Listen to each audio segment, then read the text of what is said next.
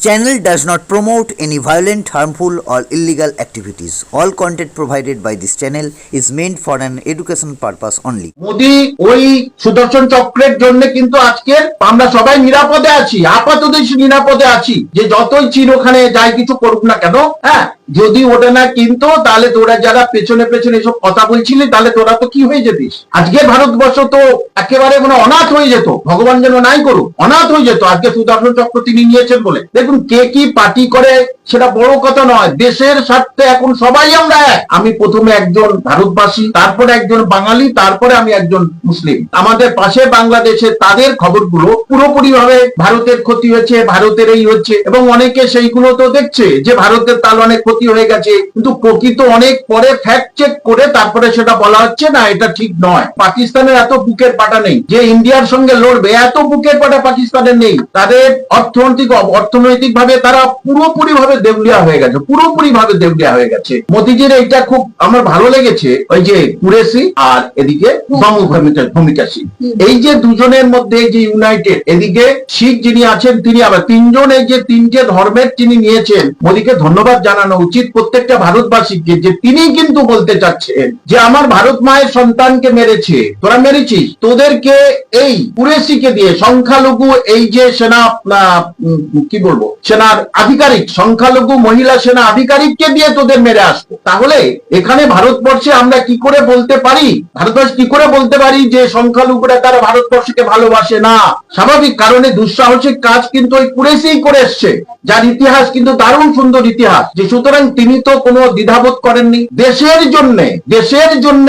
আমি কামাল হোসেন কেন সবার সবকিছু করা উচিত। আগে দেশকে ভালোবাসা, আগে দেশ ভালোবাসবো, তারপরে আমি কি ধর্ম, তারপরে পরের কথা। আগে আমার দেশ, আগে আমার সংবিধান, তারপরে আমার ধর্ম। স্যার আমার লাস্ট একটা প্রশ্ন আছে যেটা আমার খুব জানতে ইচ্ছে করছে, যে যখন মোদিজি সুদর্শন চক্রটা কিনলেন, ক্রয় করলেন 63 কোটি হাজার টাকা দিয়ে, সেই সময় বিভিন্ন বিরোধী দলেরা সমালোচনা করেছিল যে টাকা পয়সা এই যে দেশে খেতে পায় না সেটা সে এত দাম দিয়ে অস্ত্র কিনছে বা ইয়ে কিনছে, কিন্তু আজকে আমরা দেখলাম সেই অস্ত্র কিন্তু ভীষণ ভাবে কাজে লেগে গেল, যেগুলো পাকিস্তানের ড্রোন গুলোকে ধ্বংস করতে মানে সম্ভবপর হয়েছে তার যার জন্য।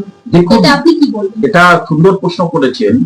বাঙালি তথা অধিকাংশ বাঙালি তথা অধিকাংশ ভারতবাসী এরা না লোককে বদনাম লটাতে খুব মানে হস্তক্ষেপ করার কারণ কি বলুন তো, কালকের সকালে যাদের কাজ আছে ভারত হবে, তারা কিন্তু লোককে নিয়ে কোন রকম কথা বলবে না, দেশকে নিয়ে বলবে না, কোনো প্রধানমন্ত্রীকে নিয়ে বলবে না, মুখ্যমন্ত্রীকে নিয়ে বলবে না। কিন্তু কালকের সকালে যে কিছুই সে কি খাবে সে জানে না, তারাই কিন্তু এরকম পরচর্চা এবং মোদি মমতা তথা কাউকে নিয়ে সমালোচনা, তারা বাজে কথা বলে। আমি বলছি সমালোচনা করা উচিত। মোদিজি ভালো, মমতাদি ভালো, সবাই ভালো, কিন্তু তাদের কাজের তো আমরা সমালোচনা করতে পারি, সঠিক সমালোচনা করতে পারি, কিন্তু তাকে সে পারবে না, সে এই রকম ধরনের কেন এটা কিনেছেন, হ্যাঁ, যদি ওটা না কিনতো তাহলে তোরা যারা পেছনে পেছনে এসব কথা বলছিলি তাহলে তোরা তো কি হয়ে যেতিস। আজকে ভারতবর্ষ তো একেবারে মানে অনাথ হয়ে যেত, ভগবান যেন নাই করুক, অনাথ হয়ে যেত আজকে সুদর্শন চক্র তিনি নিয়েছেন বলে। দেখুন কে কি পার্টি করে সেটা বড় কথা নয়, দেশের স্বার্থে এখন সবাই আমরা এক, সবাই এক হবো। সুতরাং আপনারা আগে যা বলেছেন এখন ভাবুন সেটা আপনারা ভুল বলেছেন। আজকের ভারতবর্ষে আপনি নিরাপদে আছেন,